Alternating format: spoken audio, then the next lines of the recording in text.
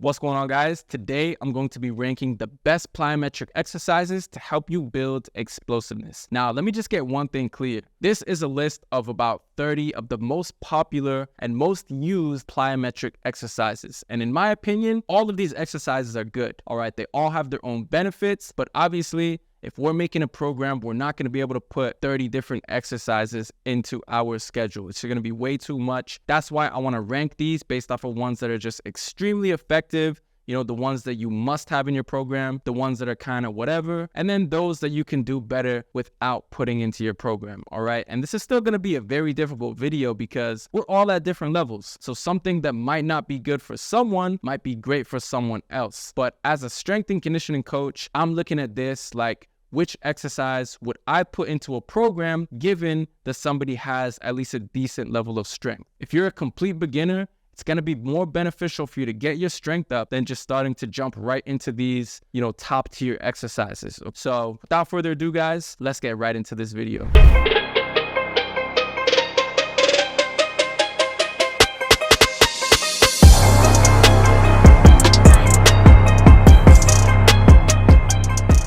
Alrighty, guys, so we have our tier list up right here. S is going to be superb, super. That's literally the best category that something could be put in. A, which, I'm sure we all know, A, B, C, D, and then F being that worst category. But again, just because something is in that F category doesn't mean that it is, not really a good exercise. It might just mean that there's better than that movement. So let's just get right into this. I'm going to start with the first thing right here, and it is bounds. Wow. Starting with the bang. Bounds are superb. Okay, so I gotta put that right into the S tier.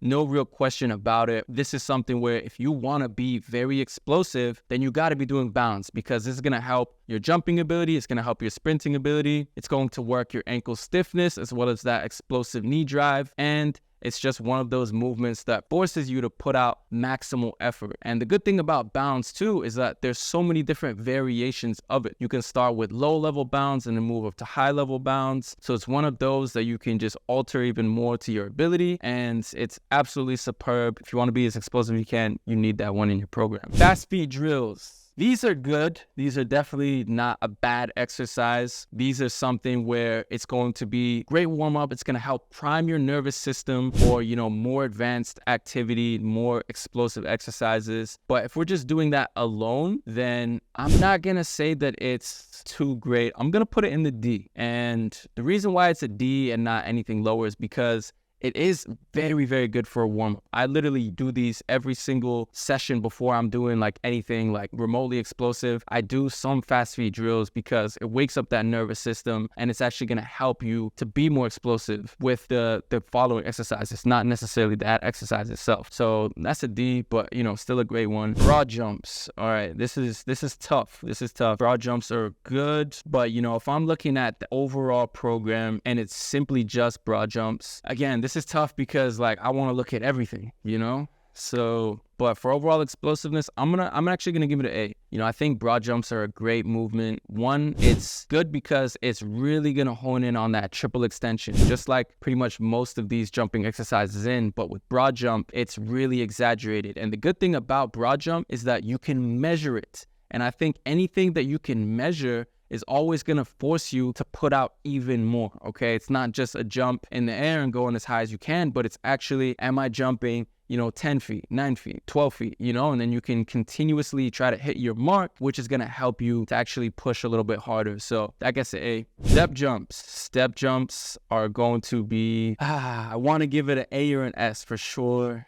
I'm gonna go with S. All right, I'm gonna go with S simply because depth jumps also have so many different variations, and the good thing about depth jumps is that this is one of the greatest uses of the stretch shortening cycle. All right, it's gonna help you produce maximum amount of force in the quickest possible time. And this is something where even if you're doing a low box, then you can actually even progress this simply just by going off of a higher box. High depth jumps is absolutely superb. Low depth jumps might be an A or a B, but high depth jumps And then another thing you can do is you can do depth jump to a box, or depth jump and, jump and touch something. So, I think this is a great movement, and it's also a very easy one to teach. When you tell athletes, or you tell somebody jump down or step down and then just come up as quick as possible, or try to get up as high as you can, most of them can understand that very easily. So I think from a teaching aspect, what's going on in the body, and a very good use of the stretch shortening cycle, that's got to be in the S tier. Band resisted jumps. These are decent. These are definitely decent. I like these a lot, but I'm going to put them in C. And reason being is because I simply just think that there's a lot better that you can do. And not only that, when it does come to even just setting this up, it can be very tedious, all right? Unless you have that Vertimax, or if you have, a specific squat rack where you've got hooks at the bottom or something, it's kind of a pain to set up. And not only that, even if you have the bands, you're gonna have to put it either around your shoulders or your neck, and it just can get uncomfortable. Sometimes bands snap. Itself is not a bad exercise, but because of the setup and everything that comes with it, it's just going to get a C.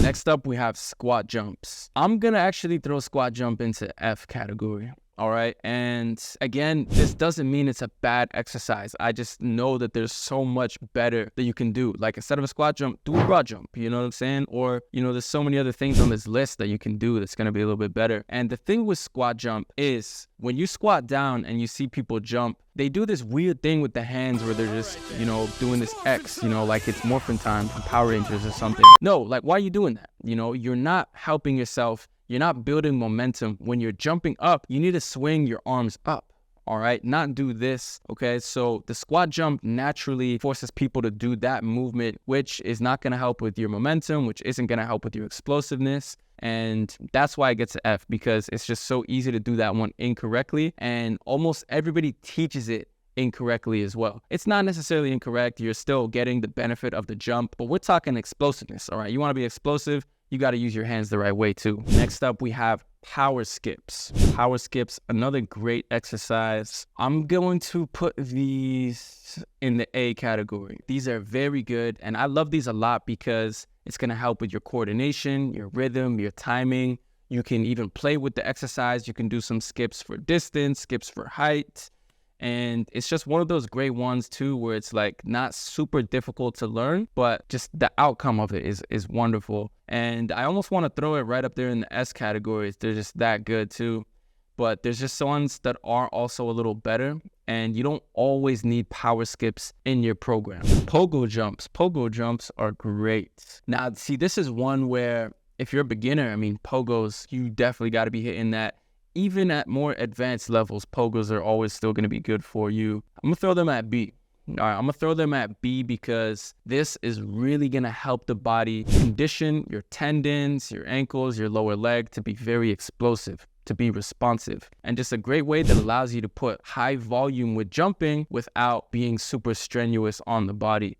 So it's definitely going to be a B though, because there are a lot more things that you need to do to get explosive versus pogos. Like pogos, you're not going to be doing, super max effort. If you really want to be explosive, then you got to have those maximal effort bouts, whether it's from jumping or whatever, in order to really elicit that big change within the body. So B is a perfect place for it. Trap bar jumps. Trap bar jumps are good. I want to put these over at either A or B. Let's go with A because trap bar jumps are great because it's going to allow you to really focus on that speed strength and that strength speed aspect of the force velocity curve. And why I like this is because it's going to really help you transition from being strong to that powerful and explosive person that you're trying to become. Trap bar is definitely the easiest, probably the least stress on the body, easy to hold, easy to load up, even though you don't need to load it up that deeply. So yeah, I'm definitely throwing those at A. Running jump. Running jump is good. I'm going to throw running jump at A as well. And what would make this an S tier is if you run and try to grab something or run and try to dunk. Anything that allows you to also measure. So if you're someone who does have coordination, then boom, this is great. Just try to go up and touch something. It'll make this exercise even better. Kneeling jumps. Kneeling jumps are good. I'm going to throw it down to a B. Now, these are great exercise. I love it, but you definitely need to be more advanced. There's a higher risk of injury involved with it. And again, I would much rather do like a trap bar jump, for example. So You know, they're good, but there's just better. Box jumps. All right, box jumps are also good. A lot of people don't like box jumps. You know, so many coaches be hating on it and saying that it's not a true plyometric. But why I love box jumps is because it forces you to jump with high effort. If you see a box that's literally at eye height or however high you're jumping, you're gonna have to jump hard enough in order to get on that box. It doesn't matter that you're, you know, raising your hips super high and whatnot, you're still jumping hard. I'm gonna go with A, just because some of my best jumps have come from using a box. Turtle hops, I don't even got to think about it. That's going right at S tier. You know, if you know me, I just love these. I literally do these every single week. I've been doing them for so long, for about 4 years. Every week I'd be doing hurdle hops. And these are great because there's a lot of variations. You can add in multi-direction. You can easily alter the difficulty by either spreading the hurdles out further or by making the hurdles even higher. So these are great also because it's reactive strength. You know, not only are you jumping with high effort to get over the hurdle, but then you're reacting quick enough to get over the next hurdle. And if you are a beginner, you can use tiny little hurdles. It's perfectly fine, all right? Single leg bounds. I'm gonna throw a single leg bounds in A, simply because I feel like not everybody needs them. If you are advanced as well, then these are gonna be a great thing you can add in. But again, I just don't think that they're 100% needed over some regular ones. Repeat broad jumps. Ooh, that's another good one. It's basically bounding broad jumps. And I think I'm gonna have to throw it in the A category too. But obviously broad jumps are super good because you can, you know, measure your distance. Same thing with repeat broad jumps. Whether you're doing double broad jumps or triple broad jumps, you can always measure that distance and make sure that you're jumping with high intensity every single time to hit that mark. Seated jumps. Seated jumps are great. I think I'm gonna throw them at B category.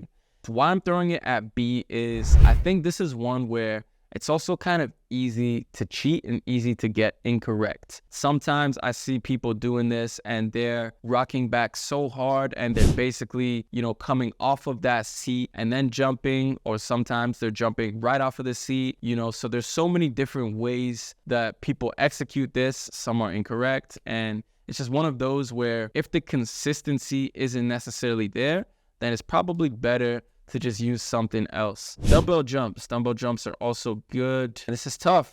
I just want to throw everything up at the top. I'm going to go with A as well. Dumbbell jumps are great because we can do these a ton of different ways. Obviously, you don't want to load it up super heavy, but let's say we just have some light dumbbells, quick ground contact, and we're just trying to go for that accelerated hops. Wonderful. I mean, you know, you can't really get these too incorrect. They're pretty easy to do. Speed jumps. Ooh, these are good. These are really good. I'm going to throw these in over at C though. All right, I like them a lot. I literally just did them today. What's good about the overspeed jump is that bend is going to allow you to move at faster velocities than what you normally can do without the bend. You're going to move moving quick. Ground contact is going to be quick. There's just very high speed. But why it's at C is just due to the setup and just due to the need of, you know, having that space and ability. Lunge jumps. Lunge jumps are wonderful. Obviously, we get a little bit of that unilateral work in. I'm throwing it at B just simply because, like, there's just so many different ways to do this one as well. Sometimes you can get it done great. So other times, you know, people kind of use this as like, you know, a conditioning thing. So it's one of those where it has to be executed properly in order to really get the benefit from it. So I'm going to throw triple jump at B. Triple jump is good. I like triple jump because, again, I'm, you know, a jumper, so it's very specific to me and in my opinion. What's good about it is you can measure it, okay? So anything you can measure is always going to be at that top, right? Tuck jumps are good. I'm going to throw them at C, all right? Tuck jumps are great. Why I'm putting it at C is just because it really comes down to the execution, because a lot of people think that you need to just get your knees high. You know, when you think about jumping, it's not necessarily how high you get your knees. It's more so how much force and how quickly are you able to react off the floor and come back up. Standing vertical, I'll throw it at A. I think standing vert is good only if you're aiming for something. If you're aiming for something, this is going to be great. If you're just jumping as high as you can, I mean, you're still getting benefit, but it's just so much better if you have something that tells you how high you're going. I'm going to throw it at A. And what's going to make this exercise very, very good is if you actually have something to touch. Resisted sprints, that without a question goes up into the S category. So resisted sprints are great. Just make sure that when you're doing this, you don't have a weight that's too heavy. Resisted sprints are great. And you're probably thinking, is sprinting even a plyometric exercise? Yes, it is a plyometric. All right, anything where you are stretching and contracting very quickly is going to be considered a plyometric. And when you think of the nature of sprinting, it's a bunch of repeated ground contacts over and over again. So super ballistic. It is definitely considered a plyometric. All right, guys. So the last exercise that I added into this tier are sprints. And obviously, if you know me, that's going right up in the S tier. You got to just do sprints. If you want to get explosive and you're not sprinting, you're missing out on a lot. All right. So definitely add the sprints in. And yeah, that's the tier list, guys. So like I mentioned, I think each of these exercises, most of them are very good. Maybe besides the squat jumps, those you can kind of just, take those out. But all these exercises have benefits. All right. And if you're somebody who is advanced, then, you can look at, what am I doing or what am I not doing from this superb list? Or, if you're somebody who is doing some of these other ones and you want a little bit more bang for your buck, maybe you can do some of these in the higher tiers. So hope this video was fun for you guys. Hope you learned something, found it beneficial. Then go ahead and share this with anybody else you think can also benefit. If you have any questions, leave it in the comment section down below. Be sure to subscribe so you don't miss any of my future content. Thank you all so much for watching. I'm gonna see you guys soon.